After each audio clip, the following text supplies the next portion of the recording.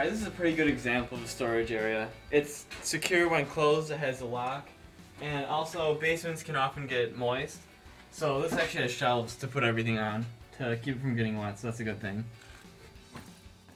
Alright, as you can see in this corner here, there's a lot of debris, and that's a pretty bad fire hazard, so if you see something like that, you're going to ask your landlord to remove it. Alright, as you come around the corner here, we can see right here, there's a casing where there's electrical wires. But it's kind of strange that we see this ground wire sticking out right here.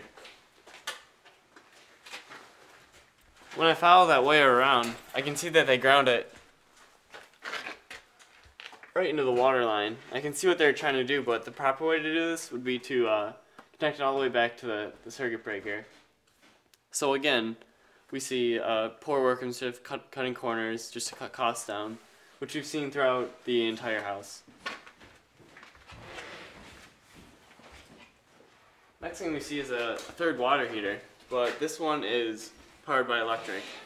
Now remember, don't only focus on what you're going to be paying for rent, but if you got stuck with using this water heater, you're going to be paying a lot more because it's way more cost efficient to be powered by gas. You can see that in the dryer also, that's also powered by electric, so that's going to cost a lot more.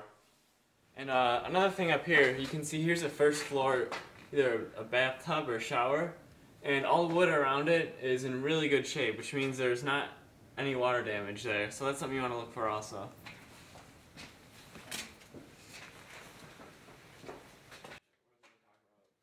Alright, when we come over here, you're going to see that this half of the window is open and missing. So during the wintertime that could be a concern.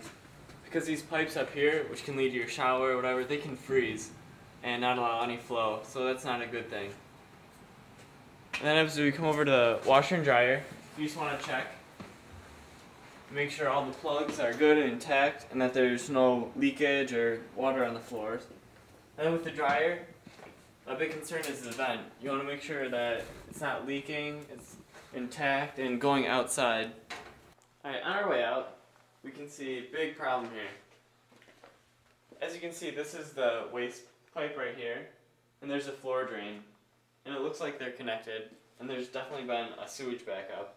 And they have not cleaned it up properly. You can see all the dried sewage on the floor, and it looks like they're starting to get a lot of mold there too.